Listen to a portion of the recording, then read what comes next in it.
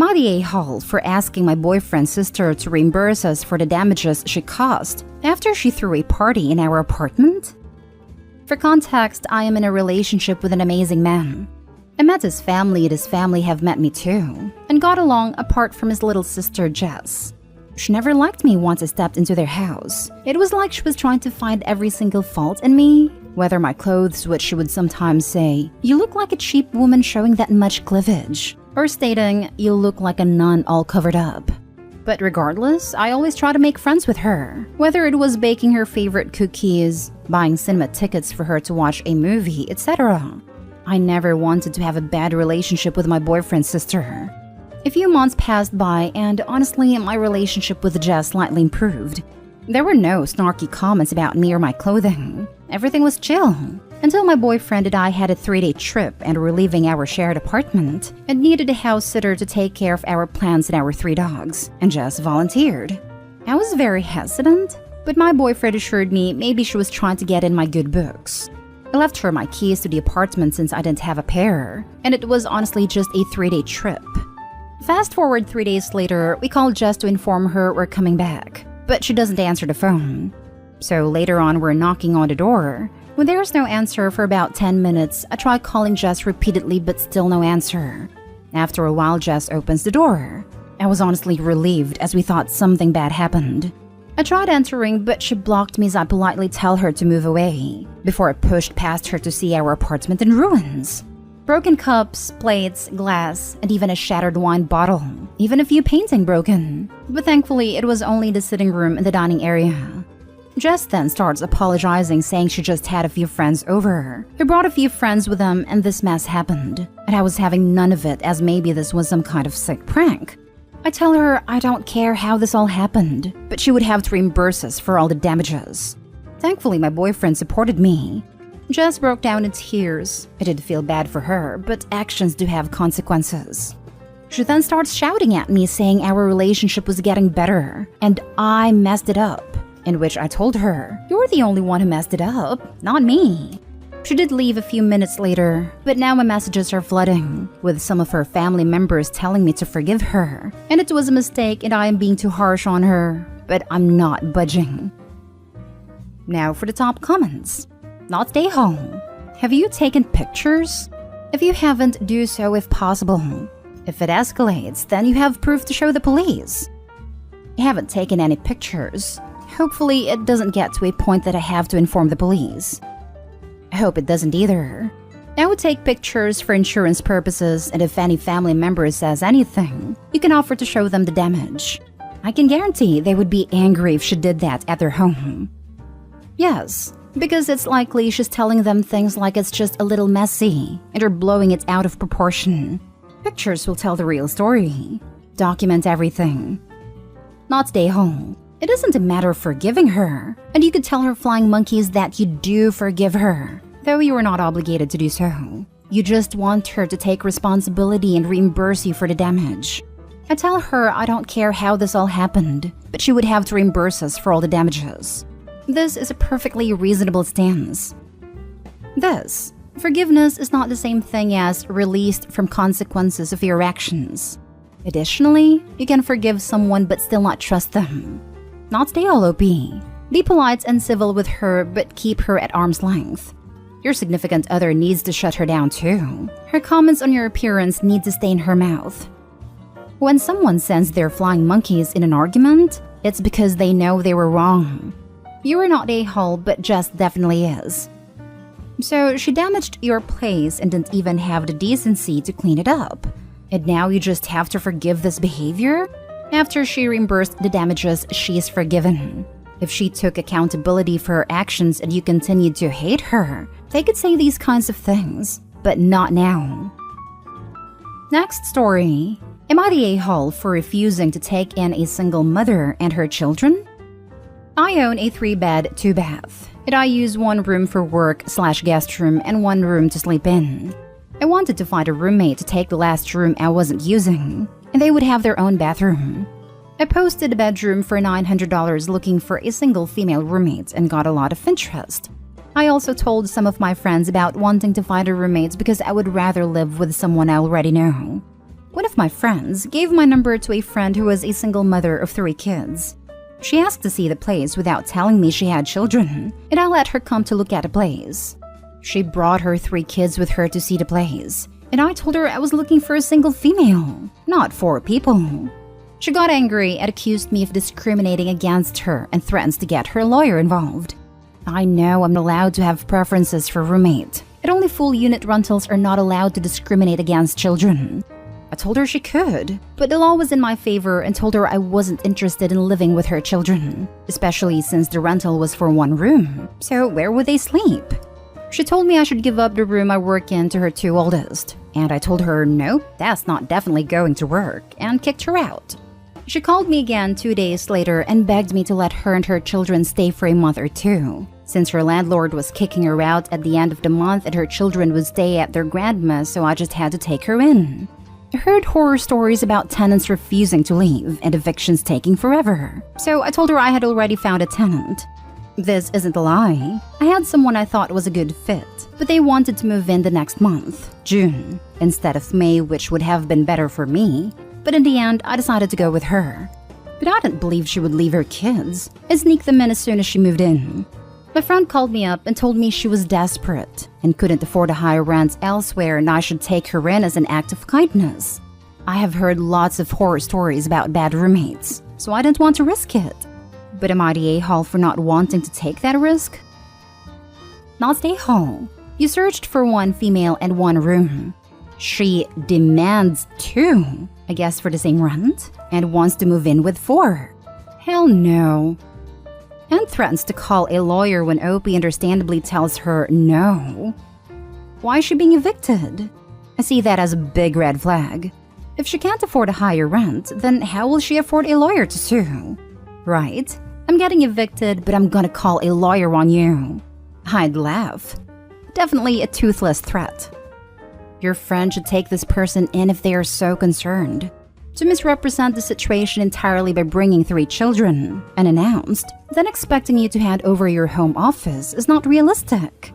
It's unfortunate, but if the grandparents can take the kids, the mom should be with them. I think you are being wise and cautious. Not stay home. Not stay home. Your intuition and feelings seem to be spot on. She's already a pain in the neck, and she hasn't even moved in. She hasn't shown any regard for you from the beginning, and getting rid of her will be difficult. With a 10-foot pole, don't approach her. She's a walking, talking, entitlement red flag. Not stay home. Considering the immediate yelling and lawyer threats, she's never gonna leave. It'll be hell. Do not give in. Not stay home. Look, not everyone wants to hear it, but an act of kindness shouldn't be coerced. If you weren't willing to live with a single mom and her 3 kids, you weren't willing to, and that is okay. This situation is only bolstered by her initial entitlement to your space, suggesting you give her a second room for her kids she didn't mention? Come on. And lack of respect for your desires. And why doesn't the friend take them in out of an act of kindness? Next story is titled, Am I the a-hole for not putting my girlfriend's name on her property?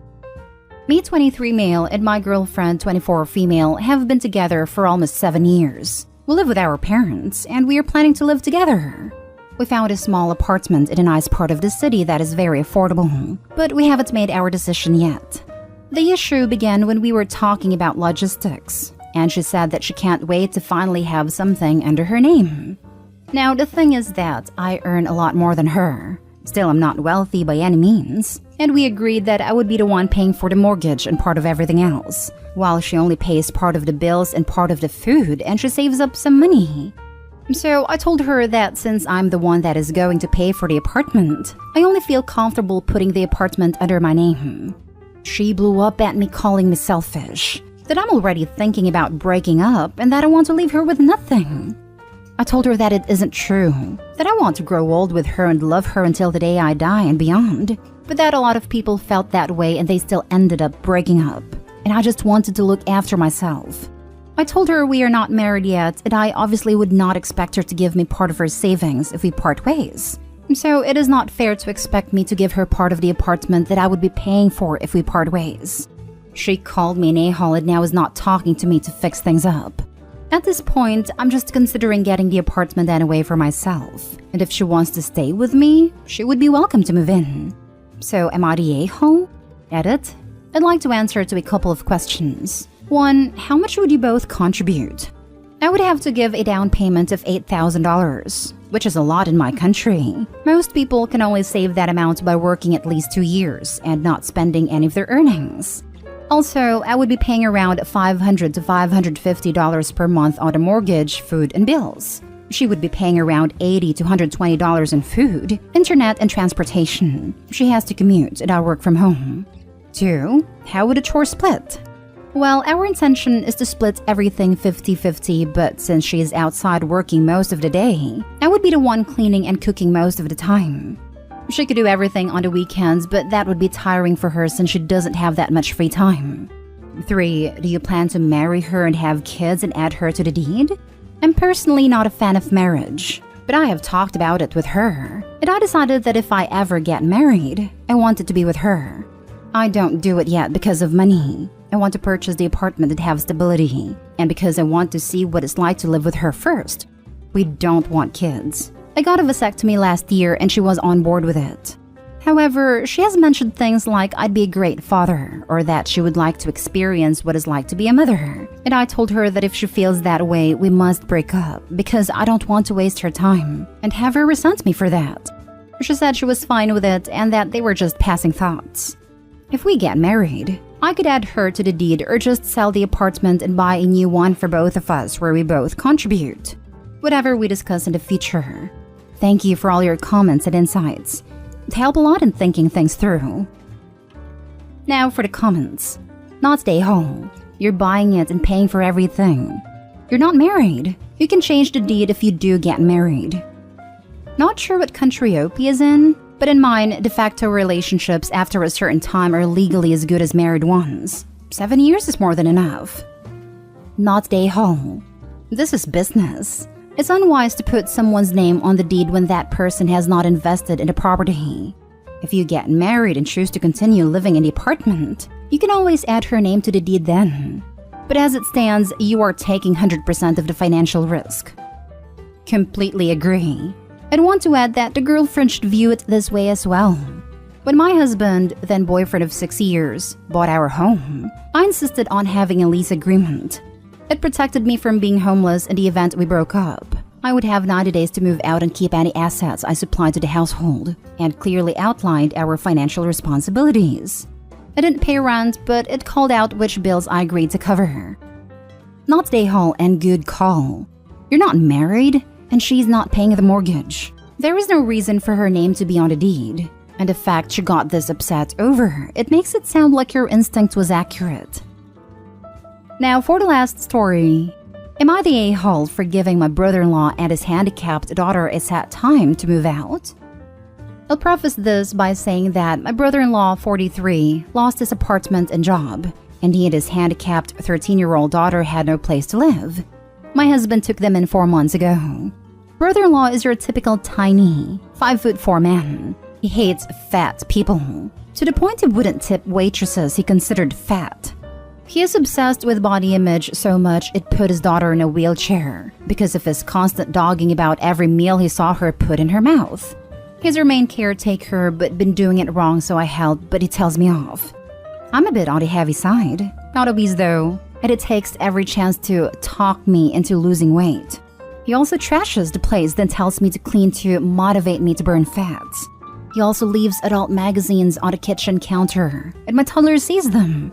He also calls me names like fatso or tell my husband, "Dude, your wife's beard scares the heck out of me," whenever I pick a fight with him about leaving his daughter without feeding. Some days ago, he was out all day and didn't feed his daughter. He gives her specific foods, not that a doctor recommends it.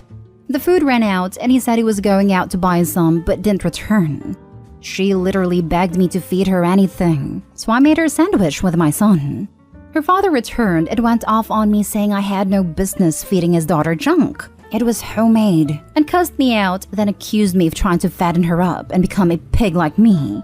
I had enough, and yelled at him that his daughter wasn't a dog, then told him he had X time to pack and leave. He told my husband and he started arguing with me. I said I could not take any more humiliation in my own home.